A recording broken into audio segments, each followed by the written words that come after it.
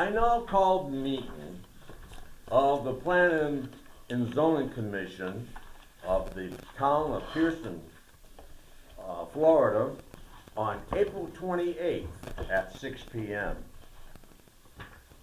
At this time, I will have a roll call by our clerk. Yvonne, if you would, please. Yes, sir.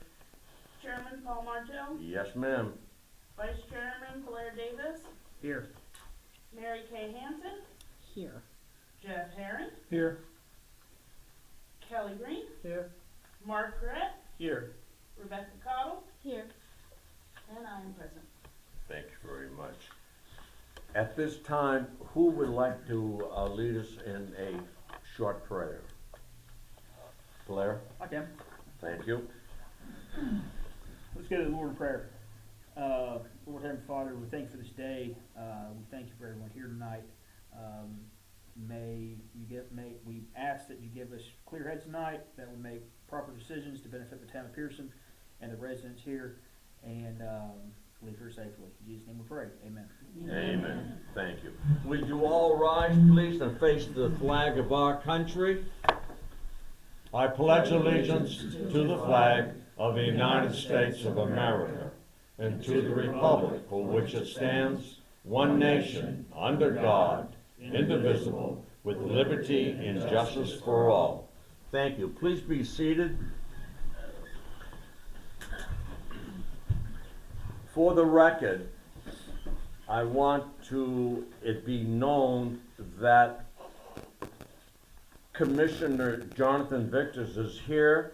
He received a plaque from the town by our mayor, and I wanted duly noted that it is most appreciative of what you have done for this town, for this body, and you did it for the right reason. And I thank you from the bottom of my heart, and I know our mayor also exemplifies that. If a round of applause for Jonathan. Is there anything that you want to say, Jonathan? Like I said, I do appreciate, and I'm fully gratitude to the time I did serve in the town of Pierson, and the people that were on the board, and the people that came at the time when Great was here and all that. The mentorship and all that was very valuable to me, and I want to take that experience with me in the future. So. Well, your friendship is mostly really heartfelt, because you are a good person. Now, I'm not being a wise guy, but if you want to leave and you got something else, that's great. If you don't, you can sit right there. Oh, fantastic, excellent. See how easy this is? Get to see it on this side. At this time, He'll show you. It's fancy. Mark will place the flag. When you get it after. Show the flag. Oh, yeah, he wants to see the flag. He missed the ceremony. Since 11 years of service in recognition of military service and dedication from the town of Pierson. Nice. So thank y'all. All right, you're welcome. Well, yeah. may I continue? Yes, Thank you. you can. At this time, I would entertain a motion to approve the minutes of February 24th, 2026. Move to approve. I have a motion to approve. Do I hear a second? Second. Second. Are there any discussions, omissions, corrections of the minutes? Hearing none, seeing none. All in favor signify by saying aye. Aye. Opposed? Ayes have it. Thank you very much. I appreciate that. At this time, we have ordinance 2026-05, airport rezoning.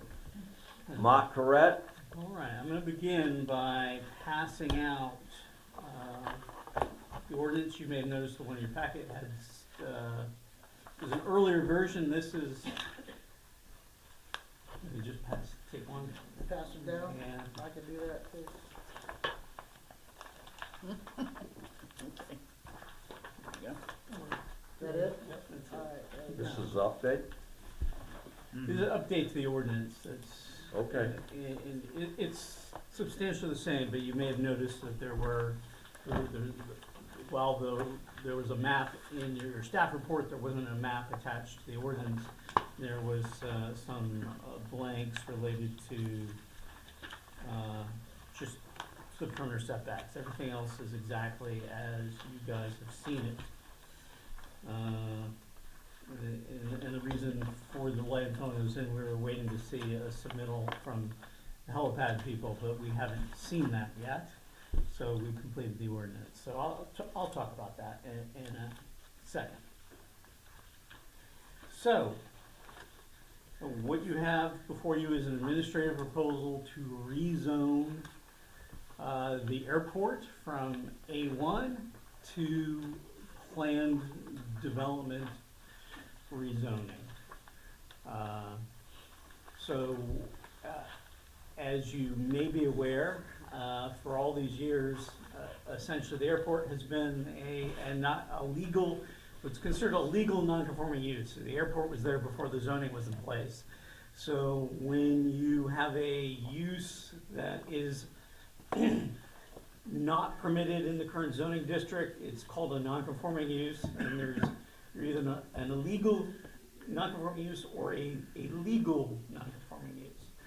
A legal non-conforming use would be a use that exists prior to the ordinance being adopted, and illegal use would be one that would be established afterwards. So the formal legal status of the airport was a legal non-conforming use, but what that means is that essentially with any non-conforming use, it's frozen.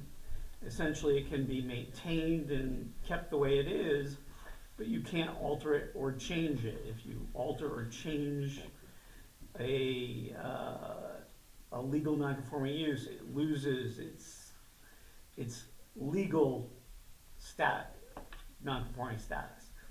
And so, for years and years, that wasn't much of an issue. I think we weren't, the town as a whole in the past. Thank you. Perhaps wasn't, very interested in those formalities, and so maybe there were changes made to the airport, in the 60s and the 70s and the 80s.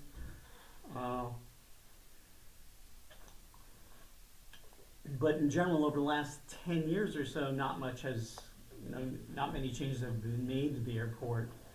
So it wasn't an issue. But we have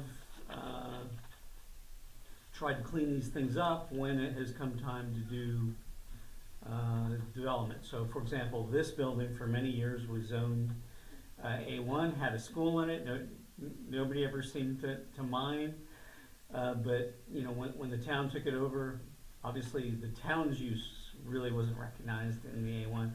In addition, when the town decided that it wanted to start adding in other activities, even though some of them are public, semi-public, like the sheriff, and bringing in the library and bringing in, there's some talk about the tax collector maybe coming, and then of course there's even we have physical therapy. So none of that was recognized. So we created planned special purpose zoning. So there's a provision in the land code that allows for things that are called planned developments. And so what a planned development is a special purpose zoning that essentially is, when it's a private landowner, it becomes an agreement between the landowner and the town.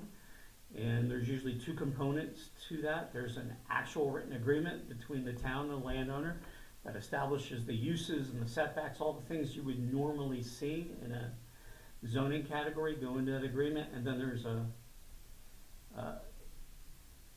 very often there's a plan that physically lays out how a private developer plans to use the property.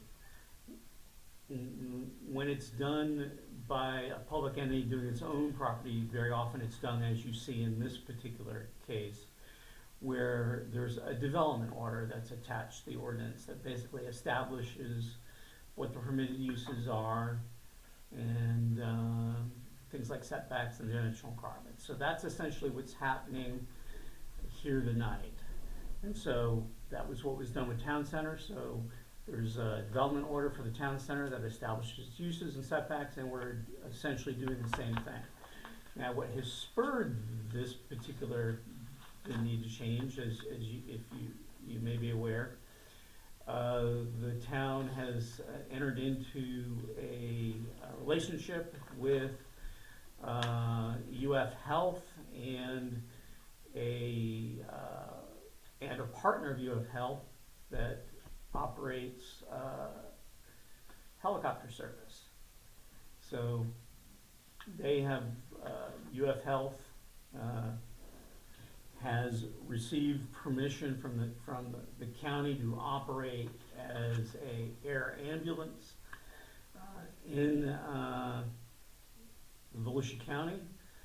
And so once they got that approval, they needed a place to locate.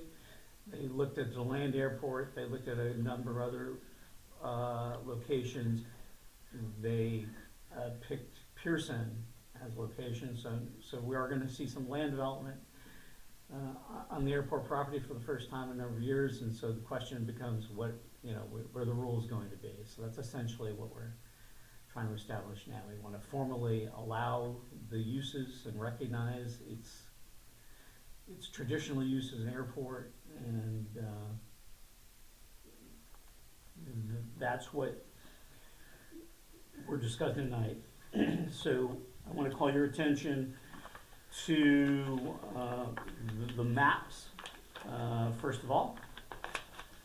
So if you look in the staff report and you go past page 3 to page 4, you will see the first aerial map. And so these are two parcels that are owned by the town of Pierson. There's a third to the north. So interestingly enough, the airport in all its documentations is officially recognized as a 2,600 square linear foot airport. And so that 2,600 linear feet basically falls within these two parcels that are in the map. But you can actually see that over time it was extended beyond that.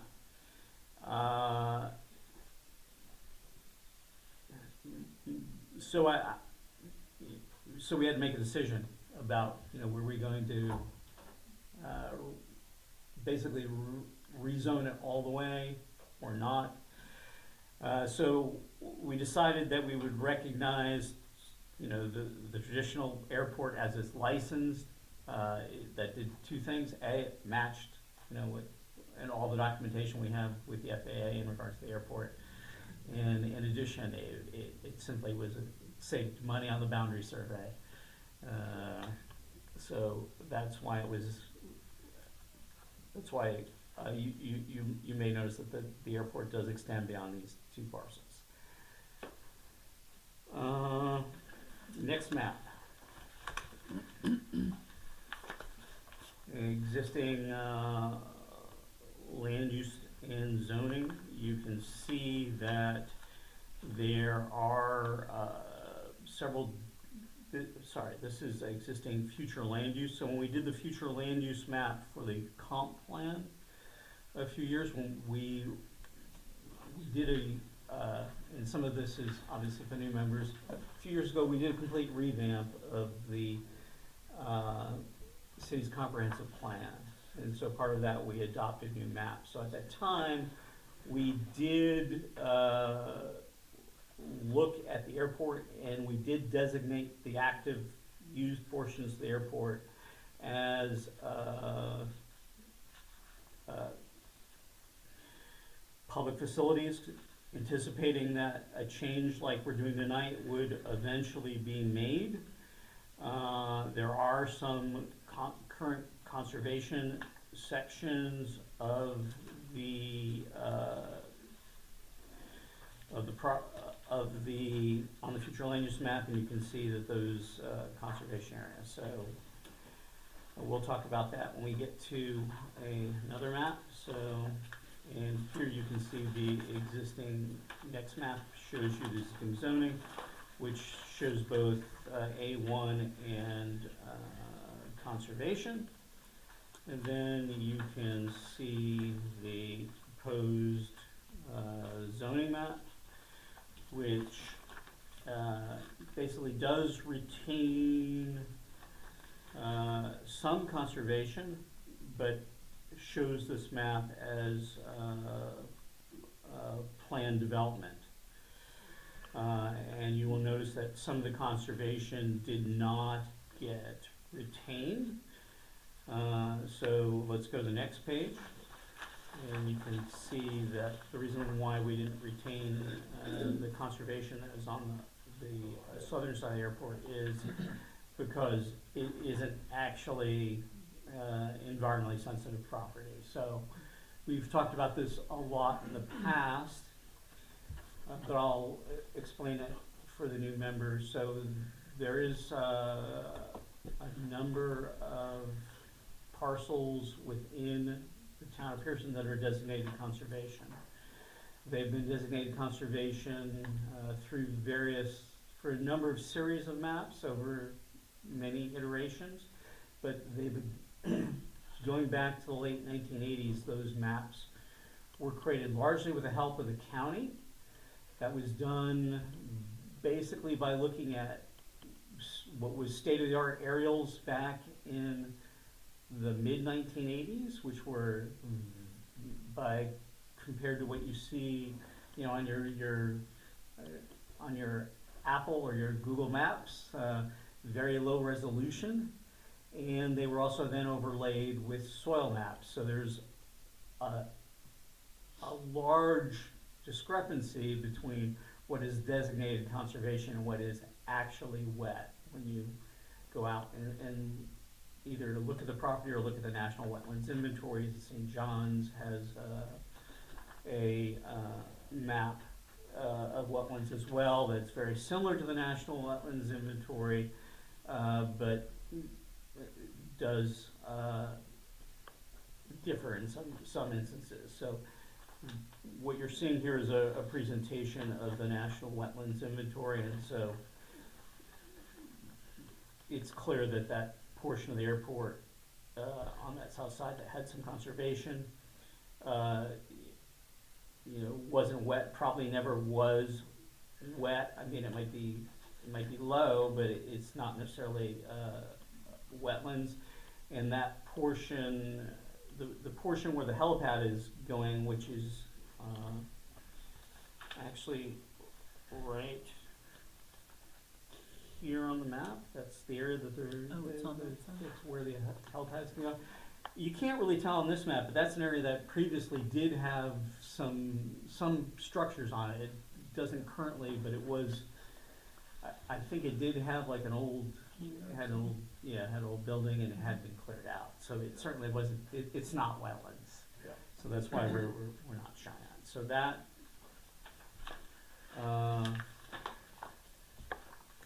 so I wanted to run through those maps for you. And so now I'm going to call your attention to the ordinance that was handed out. And so we're not going to pay much attention to these first several pages, but I'll just, these are fairly standard ordinance language that basically actually does the rezoning, includes a legal description of the property, and it references the actual proposed zoning map. So this is the map that gets attached and that shows what's actually being rezoned. It of course mirrors what is in the staff report. And now I want to call your attention to the next page. This is the development order.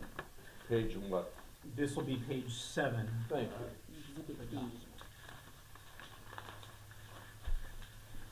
And so what we have here is a little bit of a project description. It's a preamble that explains what the Pierson Airport plan development will consist of, and it's basically recognizing it as a rural general purpose airport. And basically indicates that that all the uses are going to be consistent with that purpose and be compatible with safe and efficient operation of an airport. And so the next section of this development order actually lays out permitted uses. And what you can see here, as I said, this is a planned development, it's special purpose zoning. This is very similar to any of the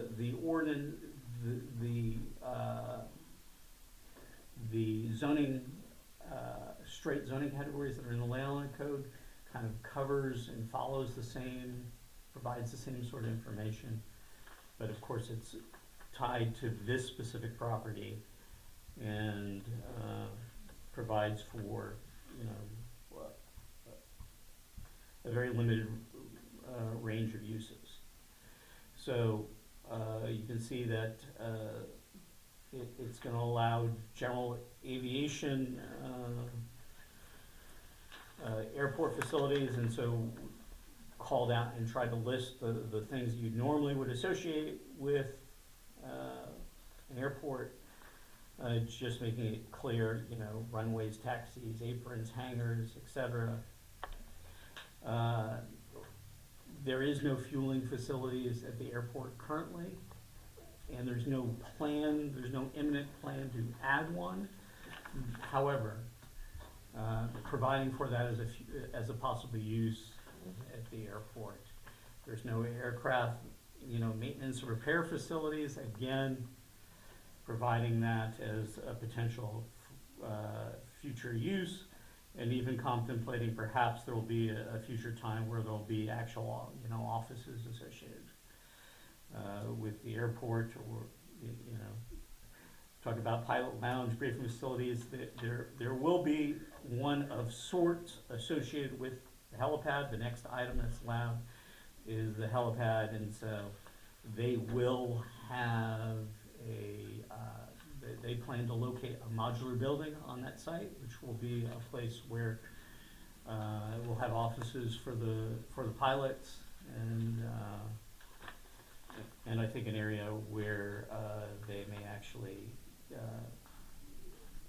be able to rest and sleep as well. So that's the sort of the primary use. There's also aviation related support uses. So again, looking forward to a future time where maybe I'm not going to read through each one of these, but where the airport is a little bit more active. And then also indicating that there's the ability for public utilities and public infrastructure. There's already a water treatment plant out there. There is a potential future plan to locate a wastewater treatment facility out there. So that's recognized here. Whether that happens or not, at least it's a permitted use in the district. And then it does allow the town council to add other uses that have not been contemplated, but it provides some guidance that they're going to be substantially similar in nature to the uses that are already there. And then you can see we've added in the next section the dimensional requirements, so recognizing the size of the property.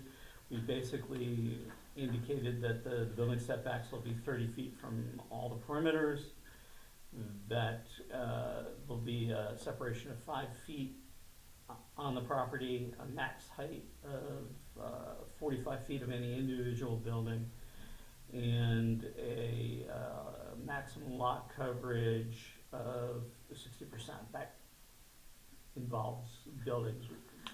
It would be unusual for us to get anywhere near that, but that's the upper limit.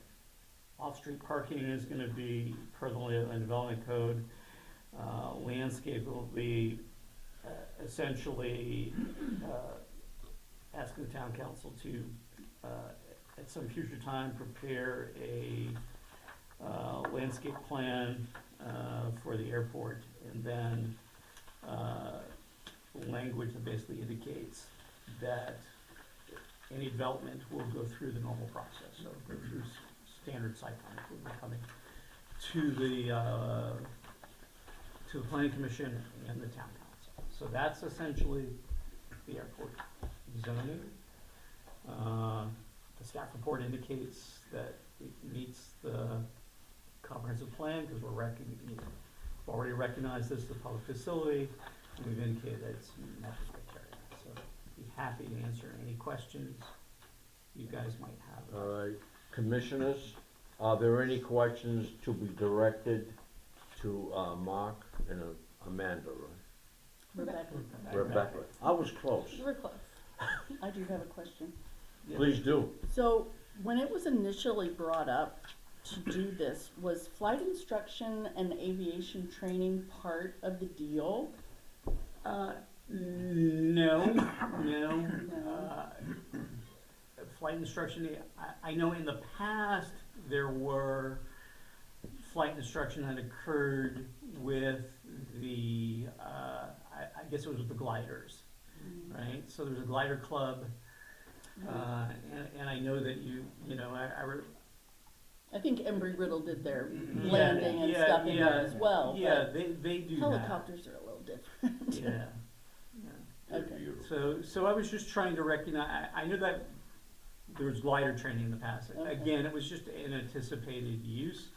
So, you know, like I've included a range of uses, so I'm gonna ask you and the town council if, you know, you're comfortable with the uses that are being presented. Any other questions from any of the commissioners? I have a question.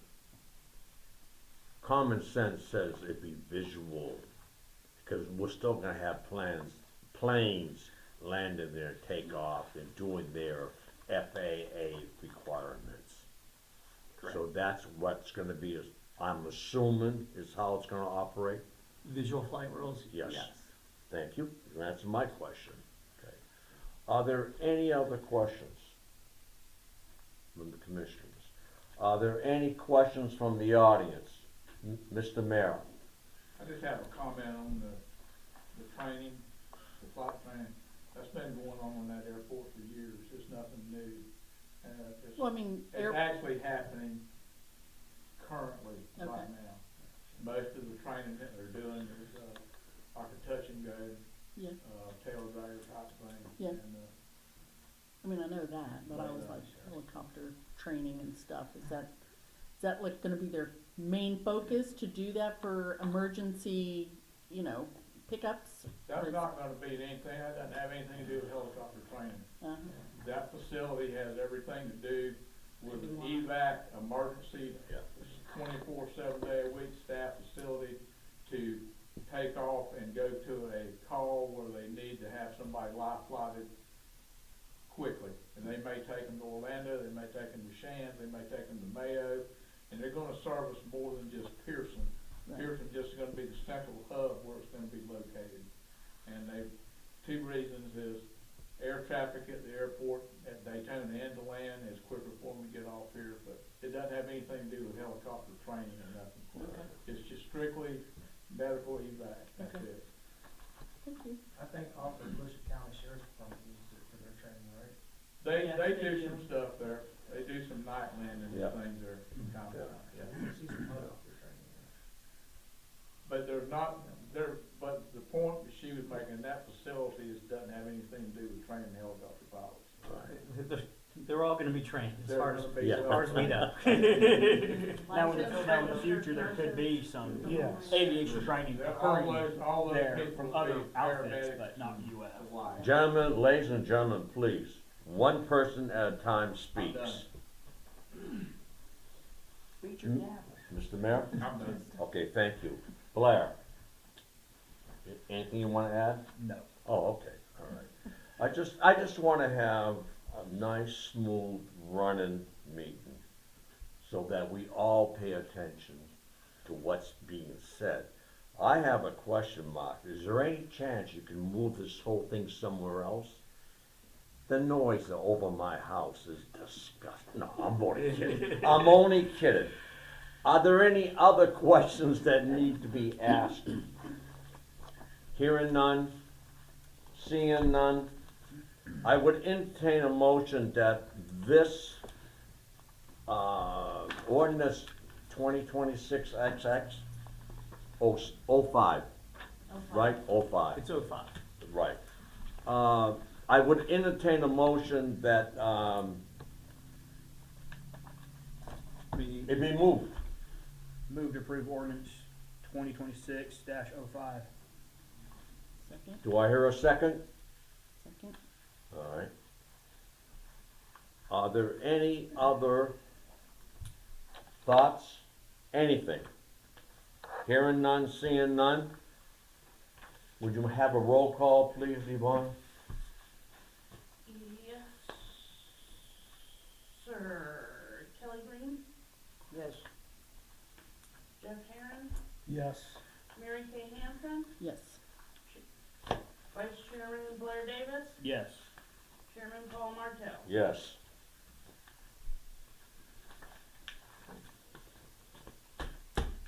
Mark, please take over.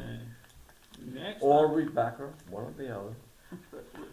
you'll hear from Rebecca Okay, all right. later. Yeah, we don't want to omit it. Okay, so this next item is a request for a variance from the minimum lot and minimum lot area, minimum lot width requirements in the R3 medium density single family residential zoning district, which is actually section 5.5.7D of the Unified Land Development Code. So, for property located at 195 Lake George Street. So this is a non-conforming lot, and it is, so what that means, like non-conforming uses, non-conforming lots don't meet the lot size requirements for the zoning. In this case, a conforming use is planned, but the lot itself is non-conforming. And like uses, you can have a legal or illegal non-conforming lot. In this particular case, to have a legal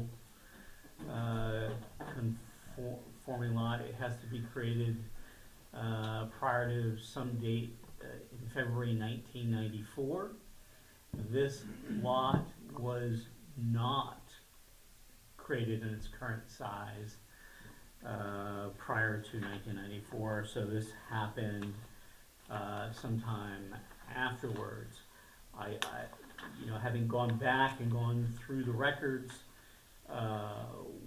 what happened, I believe this was at one point owned by a family that owned a larger piece of property. And it was owned in an estate, in a trust, an estate. That person died and then passed on property to several heirs. Those heirs then sold their parcels individually, and it has now gone downstream through, you know, several other people. But that has happened. That happens in, you know, unfortunately that happens relatively frequently. And so the only remedy for that is this variance process. If it was a a legally created non-conforming lot, if it was created prior to the ordinance, the landowner code says it's buildable, and so we just let people build on lots that were created prior to the zoning. And we do that, there's land development language that allows that, but when it has not been legally subdivided, the only remedy is a variance. And so, this current owner who purchased this property, last year, wants to, build a single-family home on it, so we'll start with the maps, let's go all the way to the second to last page. So, you can see that, 195 Lake George Street is a vacant property. The other properties in the area are all developed with single-family homes of various size, and you can see a little bit in this picture that there is some variation in lot sizes within this neighborhood. So while it doesn't necessarily conform to its zoning, what the applicant is asking for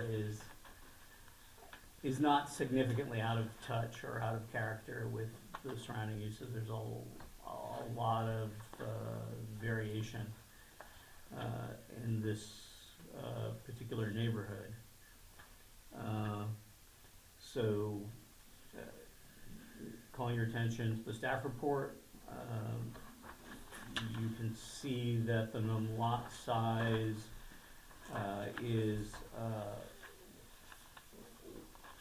14,520 square feet, and this particular lot is only 8,133 square feet.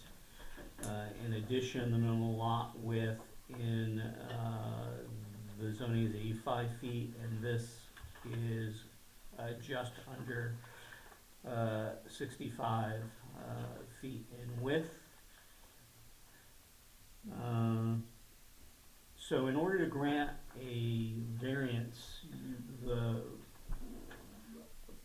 Planning Commission has to review the request against a set of criteria that is set forth in the land on code, and you have to make a set of findings in order to grant the variance. So what we've done in the staff report is we've gone through each of those criteria and provided answers for you.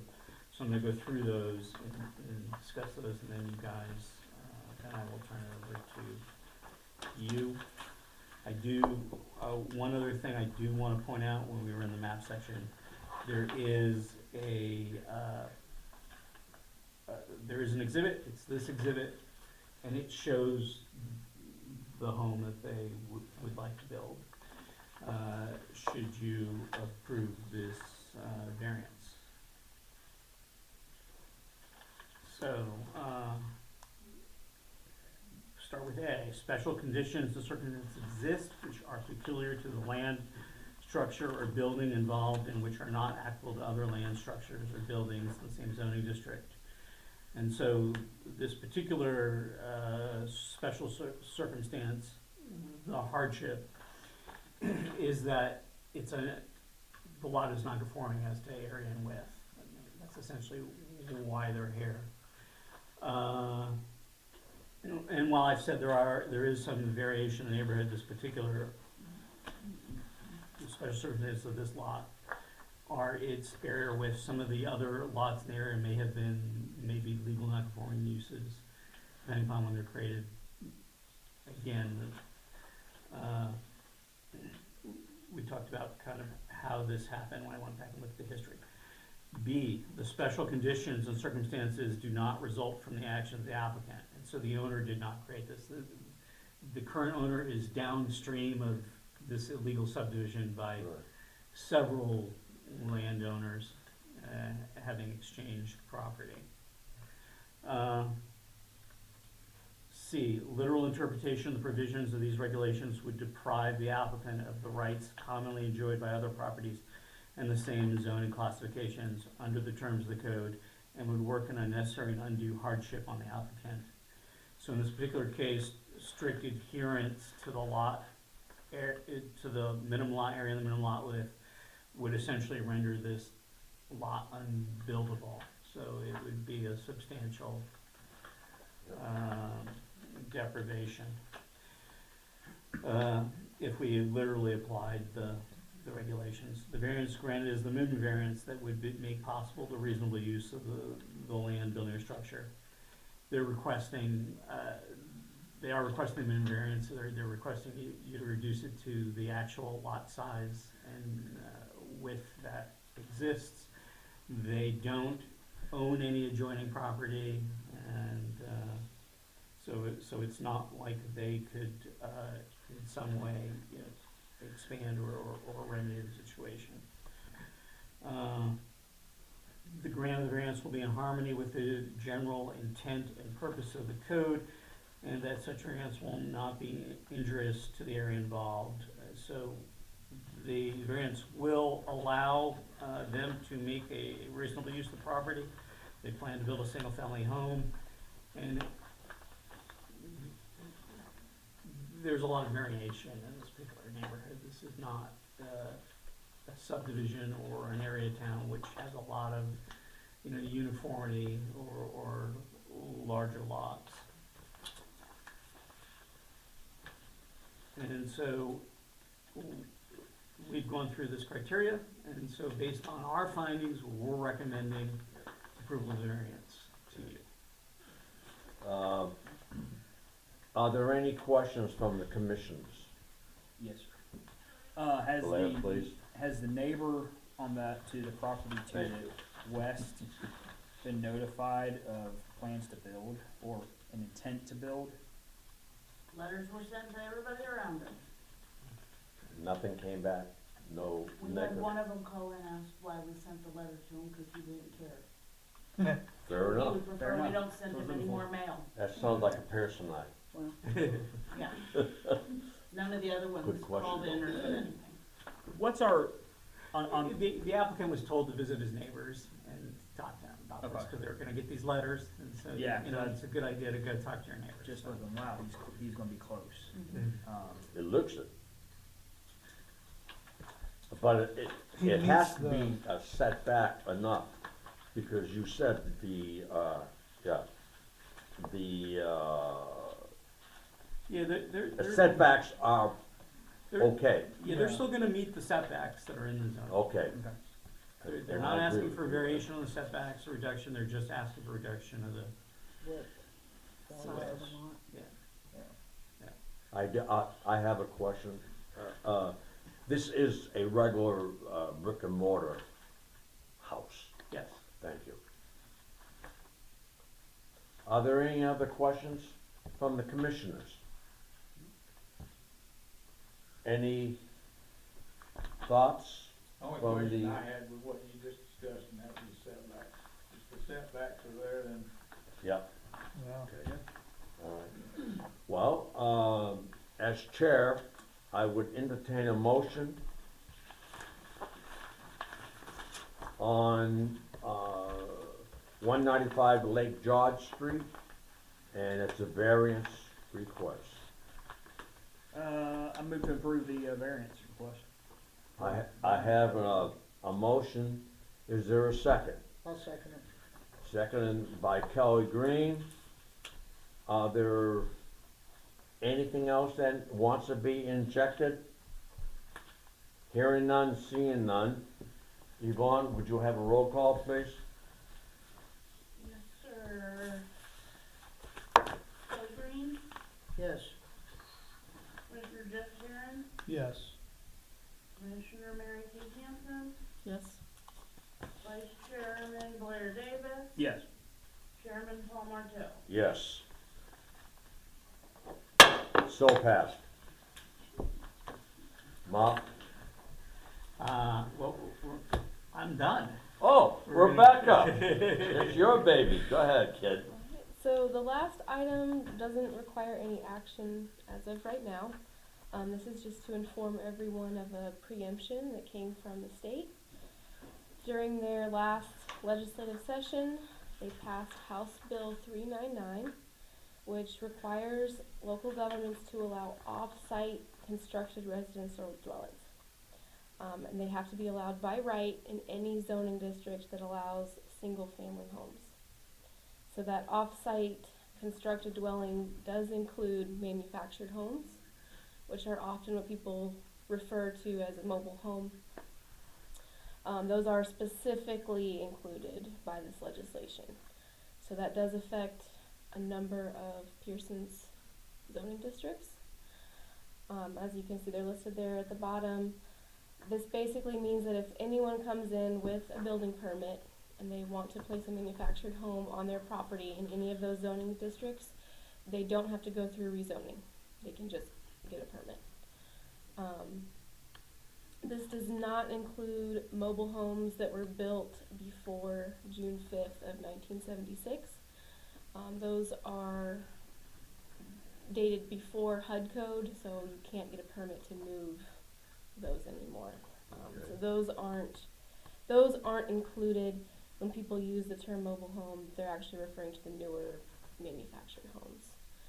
But those are built to HUD code, and they're different from a modular home that's built to Florida Building Code and just has pieces that are assembled in a factory.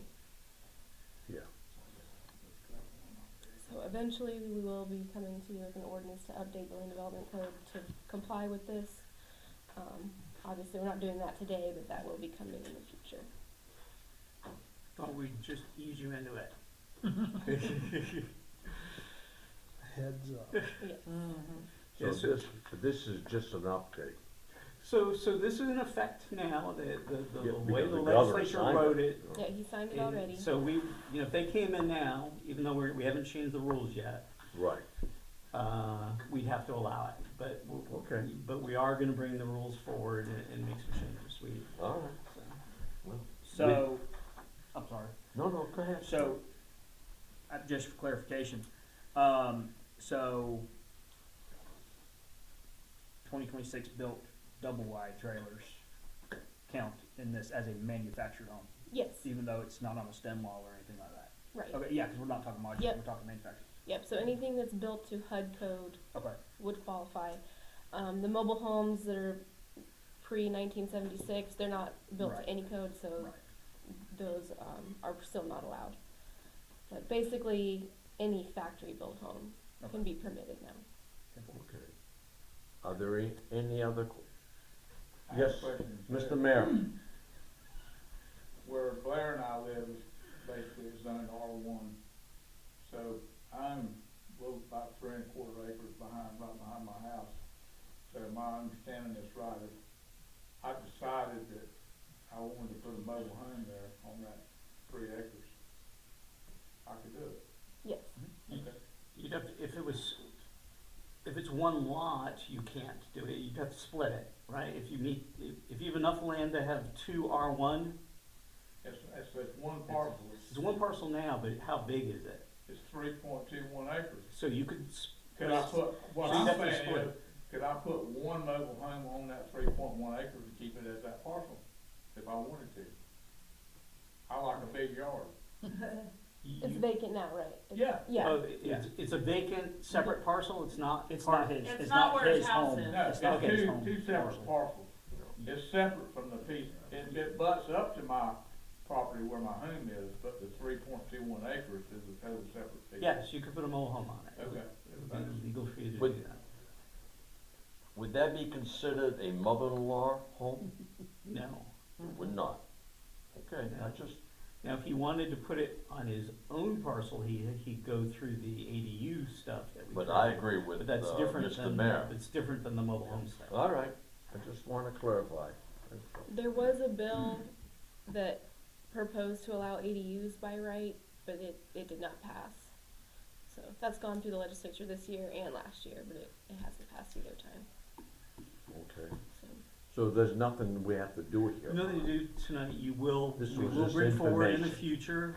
Yeah. First of all, two reasons. One, it's certainly everybody knows that A1, for example, has never allowed mobile homes. So until we bring an ordinance forward, if somebody comes in and you see, a mobile home getting permitted, we certainly wanted you guys to know why and how that was happening. Right. But, secondly, we're gonna be coming forward with an ordinance that will, officially recognize this and make it clear to anybody who's looking at our. And there's no other questions from the commissioners? I have a question. So my property's next to Grace, 7.83 acres. Can I put one on the back of my property? Is it one parcel? It's one parcel. The answer is no. That's what I needed to know. You would have to split off a section of You would it. have to split your parcel, and if you could split your parcel in such a way that it had access to a public road or a recognized private road, Please? you could come in for a lot split. Gotcha. Okay. You're good? I'm good. Everybody's okay? All right. Is there anything that needs to be said from the audience? If not, I will, at 5 minutes of 7, I now close the planning commission meeting of, what's today? What's today? 28th of April. Closed. Thank you. Thank you. Thank you, Mr. Mayor. Good job, Mark. Thank you. Sorry we were late. Well, the bill is in the